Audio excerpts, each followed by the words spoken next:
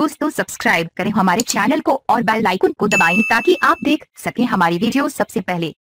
दोस्तों, अगर आप पाकिस्तानी हो तो पाकिस्तान जिंदाबाद, भारतीय हो तो जय हिंद नीचे कमेंट कर दें। न्यूज वीडियो को लाइक शेयर जरूर करें और चैनल सब्सक्राइब कर लें। शुक्रिया।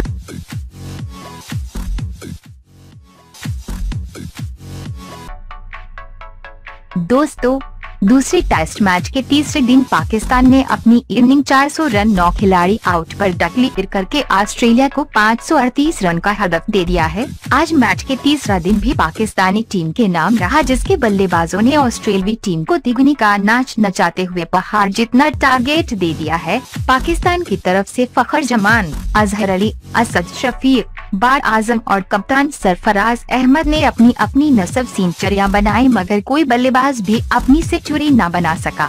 ऑस्ट्रेलिया की तरफ से एथन रिवर ने 4 खिलाड़ियों को आउट किया।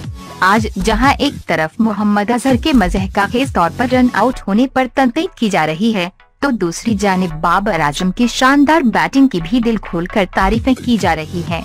बदकिस्मती से वो अपनी पहली टेस्ट सेंचुरी न बना सके और 99 पर LBW आउट हो गए। इन्होंने आखिरी उम्मीद के तहत रिव्यू लिया, लेकिन किस्मत ने यारी नहीं की।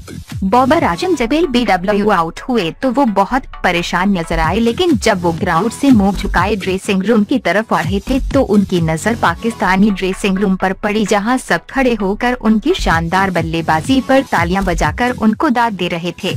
ये वो लम्हा था जब बाबर आजम की सारी परेशानी दूर हो गई। दोस्तों, अगर आप बाबर आजम के फैन हैं तो इस वीडियो को ज्यादा से ज्यादा शेयर लाइक करें। पाकिस्तान जिंदाबाद, पाकिस्तान जिंदाबाद, पाकिस्तान जिंदाबाद।